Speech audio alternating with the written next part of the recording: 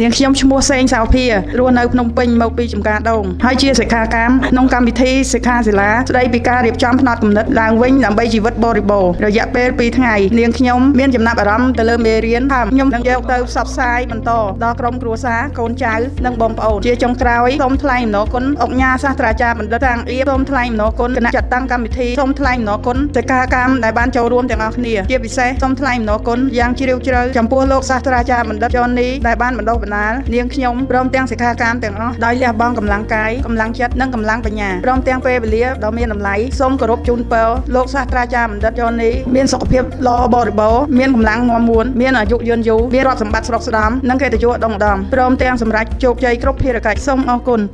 រៀនច្រើនចម្រើនចំណេះចេះច្រើនចម្រើនទ្រនាំមកជូនដល់